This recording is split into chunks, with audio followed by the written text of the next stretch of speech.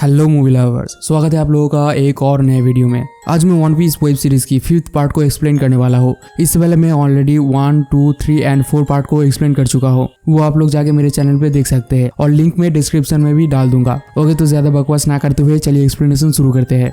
Episode की शुरुआत में हम देखते हैं कि लूफी और उसकी टोली नाव लेकर जा रहे थे, लेकिन तभी उन लोगों के पीछे नौसैनिक लग जाता है और उन लोगों के ऊपर हमला करने लगता है। तभी वो लोग बाहर आके देखते हैं कि ये नौसैनिक है जो उन लोगों के ऊपर हमला कर रहा था। और जब लूफी अपनी आंखों पर दूरबीन लगाकर देखता है तब वो देखता है कि ये नौसैनिक का सेना दल कोई और नहीं बल्कि उसका ही दादाजी है। अब हमें लूफी की एक फ्लैशबैक दिखाया जाता है जहाँ पर हम देखते हैं कि बचपन का लूफी पायलट बनने की तैयारी कर रहा था और वो एक बोट भी बनाया था अपनी टूटे फूटे लकड़ियों की मदद से। लेकिन तभी वहाँ पर लूफी का दादाजी आ जाता है और वो लूफी को अपने साथ जाने के लिए बोलता है। लेकिन लूफी यहाँ पर बोलता है कि मैं एक बहुत ही बड़ा पायलट बनूंगा और वो अपनी बोट को अपनी दादाजी को दिखाने लगता है। लेकिन दादाजी लूफी की पायलट बनने की बात सुनते ही वो बहुत ही ज्यादा भड़क जाता है और लूफी को बहुत ज्यादा डांटता है और उसके बनाया हुआ बोट को तहस नहस कर देता है और लूफी को अपने कंधे पर उठाकर वहां से निकल जाता है। अब प्रेजेंट में हम देखते हैं कि नौसेना उन लोगों के ऊपर हमला बोल चुका था और उन लोगों के ऊपर तोपों की बारिश से कर रहा था और एक तोप का गोला आकर डायरेक्ट लगता है उन लोगों की बोट पे। ये देखकर लूफी बहुत ज्यादा गुस्सा हो जाता है और वो बोलता है कि टोली जल्दी से उन लोगों के ऊपर हमला करो, और वहां पर लगा हुआ एक छोटा तोप लेकर उन लोगों के ऊपर हमला करने की कोशिश करता है।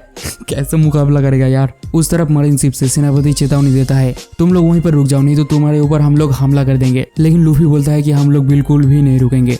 ये सुनने के बाद लूफी का दादाजी बहुत ज्यादा गुस्सा हो जाता है और वो अपने हाथ में एक तोप लेकर उन लोगों के ऊपर फेंक के मारता है। लेकिन इस तरफ लूफी अपने आप को एक बलून में कन्वर्ट कर देता है और जैसे ही वो तोप का गोला आता है वो लूफी के अंदर लगकर दोबारा से बाउंस बैक होकर उन लोगों की शिप की तरफ चला जाता है और उन लोगों की शिप की पिलर पे लगकर वो पिलर टूट जाता है और वो नीचे गिर जाता है। और ये चीज देखकर लूफी के साथ साथ लूफी की टोली भी बहुत ज्यादा खुश होते हैं क्योंकि इस बार वो लोग मरीन सेना को चकमा देने में कामयाब हो जाते हैं और वो लोग तेजी से अपना शिप भगाने लगते हैं। और दूसरी तरफ ये लोग थोड़ा सा धीमे हो जाते हैं पॉल टूटने की वजह से। लूफी की बोट थोड़ी दूर जाने के बाद ही वो लोग एक घने कोहरे के अंदर घुस जाते हैं जहाँ पर उन लोगों को कुछ भी नहीं दिख रहा था। और तभी लूफी को एक खाने की चीज की खुशबू आने लगता है और वो धीरे धीरे करके उस चीज को सूंघने लगता है और वो सभी लोगों से पूछता है कि क्या तुम लोगों को कोई खाने की चीज का खुशबू आ रहा है। लेकिन सभी बोलता है कि नहीं, हमें तो कोई खुशबू नहीं आ रहा है। और तभी उन लोगों के सामने प्रकट होता है दी बराटिए और यहाँ पर बहुत ही लजीज खाना भी मिलता है। तो वो लोग जाके लंगर लगा देते हैं दी बराटिए में और वो लोग अंदर घुस जाते हैं। अंदर घुसने के बाद हम देखते हैं कि यहाँ का माहौल बहुत ज्यादा पारिवारिक है और यहाँ पर वेटर का काम कर रहा था एक फिशमैन।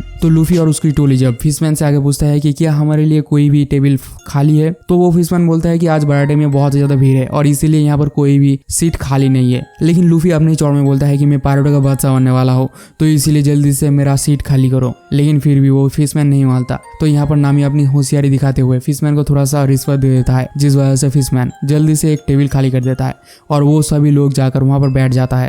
किचन के अंदर हमें एक लड़का दिखाया जाता है जो बहुत ही बेहतरीन प्रदर्शन दिखाते हुए एक बहुत ही बढ़िया डिश बनाता है और वो ये देखकर बहुत ज्यादा प्राउड फील करता है। लेकिन तभी वहां पर किचन का मालिक आ जाता है और वो इस डिश को बकवास कह के वहां से फेंक देता है। और ये बंदा बराटिया की भी मालिक है तो उसके मुंह से अपनी डिश के बारे में बकवास बातें सुनने के बाद ये लड़का थोड़ा सा गुस्सा हो जाता है। लेकिन फिर भी बराटिया के मालिक उसे वेटर का जॉब दे देता है और वो बोलता है कि जाओ बाहर जाके लोगों से ऑर्डर्स लो। बाहर आते ही वो दो पायरेट्स को थोड़ा सा मजा जगाता है और डायरेक्ट आ जाता है लूफी के टेबल के पास। और लूफी के टेबल के पास आते ही वो नामी के साथ थोड़ा सा फ्लर्टिंग करने लगता है और थोड़ा बहुत फ्लर्टिंग करने के बाद वो लड़का उन लोगों का ऑर्डर लेकर वहां से चला जाता है। लेकिन नामी के साथ फ्लर्टिंग करता हुआ देखकर सभी लोग नामी को देखकर करने लगता है, यानी कि समझ रहे हो ना। दूसरी तरफ सेनापति अब डिसाइड कर ही लेता है कि वो लूफी को पकड़ के ही मानेगा, इसलिए वो अपने केबिन में जाकर ड्रैकुल मीहॉक को कॉल लगा देता है जो कि एक बहुत ही बड़ा पायरेट होता है और वो कॉल लगाकर बोलता है कि मुझे लूफी चाहिए। लेकिन दूसरी तरफ हम देखते हैं कि ड्रैकुल मीहॉक ऑलरेडी एक फाइट में लिपटा हुआ था, लेकिन वो बहुत ही आसानी से सभी सैनिकों के साथ साथ उस शिप का पायलट को भी मार देता है और उस शिप को भी बीच में से फाड़ देता है अपनी स्वॉर्ड की मदद से। अब ड्रैकुल मीहॉक लूफी का ठिकाना पूछ लेता है और बोलता है कि तुम्हारा काम हो जाएगा।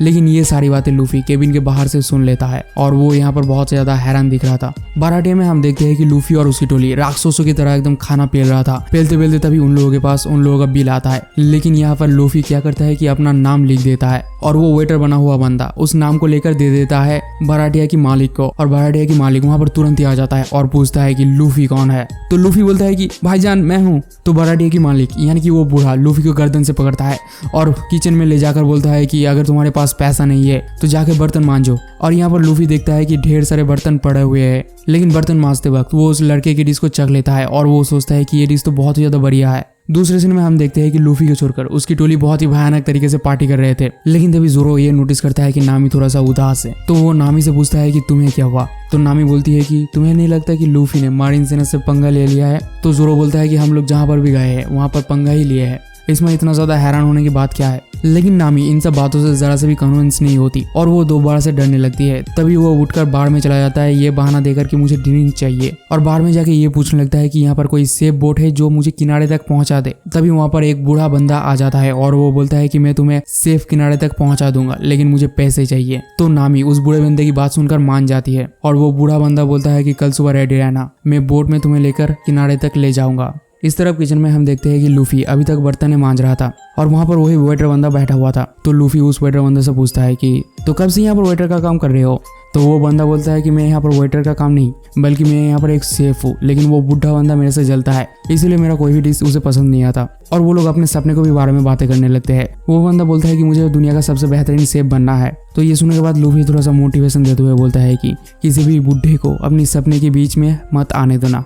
और लूफी उसके डिश के बारे में भी थोड़ा बहुत तारीफें करता है। तो वो बंदा पूछता है कि तुमने मेरा डिश ट्राई किया था। तो लूफी बोलता है कि मैंने पूरा का पूरा डिश ही खा लिया था और वो डिश वाकई में बहुत ज़्यादा लाजवाब था। और वो लोग थोड़ा बहुत बातें कर ही रहे होते हैं कि तभी वहाँ पर एक घायल बंदा आ जाता है और वो खाना खाना कहने लगता है। तभी वो सेफ बंदा मतलब वो वेटर बंदा जल्दी से करके कुछ खाना बनाने लगता है और बहुत जल्दी से एक डिश बनाकर उस बंदे को परोस देता है। तो खाना खाते हुए वो घायल बंदा ये बोलने लगता है कि वो लोग भी वन पीस को ढूंढने के लिए निकले थे।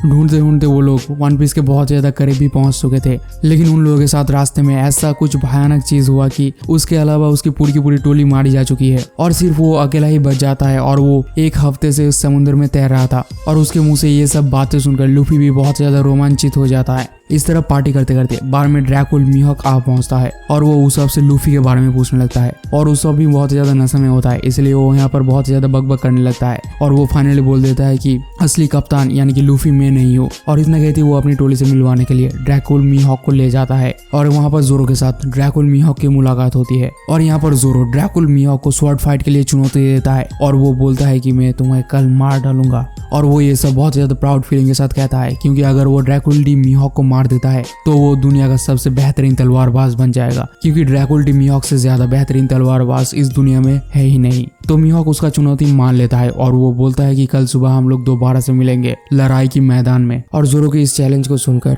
नामी के साथ साथ उसब भी बहुत ज्यादा सहम जाता है। किचन में लूफी अब तक बर्तन मांझ ही रहा होता है कि तभी वहाँ पर उसब आ जाता है और वो बोलता है कि बाहर जल्दी से चलो, बाहर बहुत ज्यादा लोचा हो चुका है। और सभी लोग मिलकर चले आते हैं बोट के अंदर। बोट के अंदर सभी लोग एक गोल मीटिंग बिठाते हैं जहाँ पर सभी लोग मिलकर जोरो को ये समझा रहा होता है कि तुम मीहॉक से कभी भी नहीं जीत सकते। हमारे पास यहाँ से भागने का मौका था लेकिन तुमने वो भी गवा दिया। और मीहॉक दुनिया का सबसे ज्यादा बेहतरीन तलवारबाज है, उससे कोई भी कभी भी नहीं जीत सकता। लेकिन जोरो जो है वो अपनी बातों पर अड़ा रहता है। लेकिन जोरो यहाँ पर बोलता है कि मैंने बरसों पहले किसी के साथ एक वादा किया था महान तलवारबाज बनने की। तो लूफी ये सुनने के बाद बहुत ज्यादा एक्साइटेड हो जाता है और वो बोलता है कि मैं तुम्हारे सपनों के बीच में नहीं आऊंगा, तुम जाओ अपना सपना पूरा करो। तो ये सब बातें सुनने के बाद नामी वहाँ से गुस्से में चली जाती है। अब हमें कुछ देर बाद के सीन को दिखाया जाता है जहाँ पर हम देखते हैं कि नामी अपना बैग पैक कर रही थी क्योंकि वो यहाँ से भागने वाली थी। उसब जो बहुत ज्यादा शराब पी लिया था इसीलिए वो उल्टियाँ कर रहा था। जोरो अपनी तलवारों को सामने सजाकर उसे घूरे जा रहा था, यानी कि ये उसका एक टाइप का प्रिपरेशन कह सकते हो, मतलब वो लड़ाई के लिए प्रिपरेशन ले रहा था, मतलब मोटिवेशन ले रहा था ऐसा ही कुछ।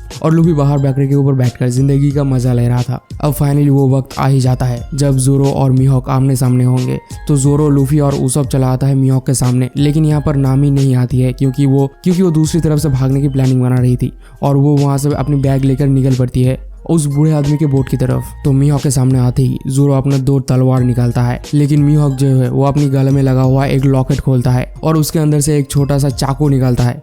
और मीहॉक बोलता है कि तुमसे निपटने के लिए इतना सा चाकू ही काफी है। और फिर वो दोनों एक दूसरे के ऊपर झपट पड़ते हैं लड़ने के लिए। यहाँ पर हम देखते हैं कि मीहॉक इतना ज़्यादा बेहतरीन तलवारबाज था कि वो एक चाकू की मदद से जोरो की दोनों तलवारों को रोक लेता है और वो उस चाकू से जोरो को पछाड़ने लगता है।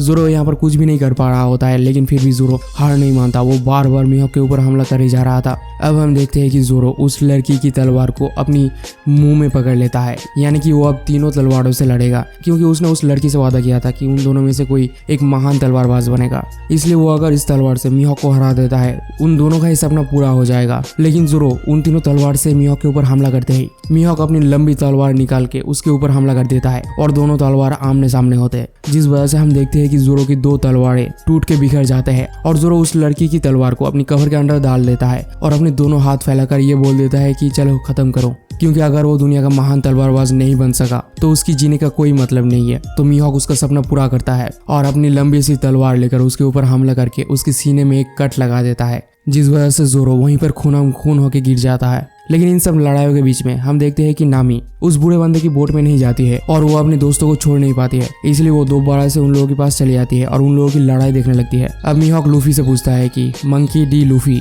तुम्हारा सपना क्या है? तो लूफी बोलता है कि लुटेरों का बादशाह बनना। और फिर मिहोक जोरो को बोलता है कि रोरो नोआ जोरो, तुम इतने आसानी से नहीं मर सकते, मैं तुम्हारे साथ दोबारा से लड़ाई करूंगा और तुम उस वक्त और भी ज्यादा बेहतर तलवारबाज बन के आना मेरे सामने। और फिर इतना कहते ही वो वहां से चला जाता है। इस तरफ जोरो बहुत ज्यादा घायल हो जाता है, लेकिन वो फिर भी कहता है कि मैं दुनिया का सबसे ज्यादा बेहतरीन तलवारबाज बन के दिखाऊंगा और फिर अपना तलवार ऊपर उठा लेता है, लेकिन वो तुरंत ही वहां पर बेहोश हो जाता है और ये देखकर लूफी जोरो कह के चीख उठता है। और यहाँ पर ये वाला एपिसोड भी खत्म हो जाता है। तो आप लोगों को ये वाला एपिसोड कैसा लगा कमेंट में ज़रूर बताना, और अगर थोड़ा सा भी अच्छा लगा हो तो एक छोटा सा सब्सक्राइब करके ज़रूर जाना। Bye bye.